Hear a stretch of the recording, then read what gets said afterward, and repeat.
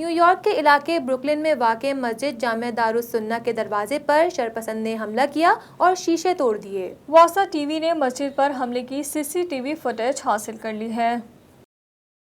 Brooklyn کے علاقے کوٹیلیئر road پر asset 9 کے CCTV فوٹیج میں دیکھا جا سکتا ہے کہ صبح کے وقت پینٹ شرٹ میں ملبوس ایک نامعلوم نوجوان اپنے کندھوں پر بیگ ٹانگے سڑک کراس کر کے جامعہ دارالسنہ مسجد اور اسلامک اسکول کے دروازے پر آتا ہے اور گیٹ کھول کر اندر چلا جاتا ہے، لیکن اگلے ہی لمحے واپس باہر آ کر کھڑا ہو جاتا ہے۔ چند لمحے کچھ سوچنے کے بعد مسجد کے سامنے کھڑی کار کے سائیڈ مرر پر مکے اور لاتیں مارتا ہے۔ نوجوان کا دل نہیں بھرتا تو وہ کئی بار کار کے سائیڈ گلاس اور دروازے پر اپنا غصہ نکالتا ہے، اور جب اس سے بھی اس کا دل نہیں بھرتا تو وہ جامعہ دارالسنہ مسجد کے دروازے پر کئی بار لاتوں سے حملہ کرتا ہے، جس سے گیٹ میں نصب شیشے ٹوٹ گئے۔ یہ نامعلوم نوجوان مسجد پر حملہ کرنے کے بعد واپس جاتے ہوئے مسجد کے باہر کھڑی ایک اور کار پر بھی اپنا غصہ نکالتا ہے۔ اس واقعے کے بعد مسلم کمیونٹی میں شدید غم و غصے کے ساتھ عدم تحفظ کا بھی احساس پایا جا رہا ہے۔ مسجد کے امام اور نمازی رانا اخلاق کا کہنا ہے کہ انہوں نے اس واقعے کے بعد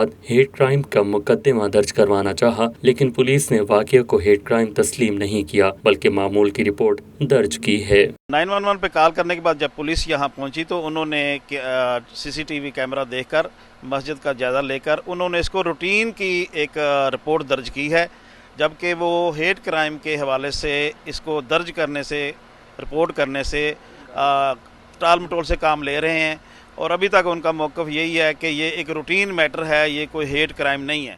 پہلے بھی ایک مرتبہ مسجد کے اندر پیسوں کا ڈبہ تھا، وہ بھی لے گئے تھے پورا ڈبہ اٹھا کر۔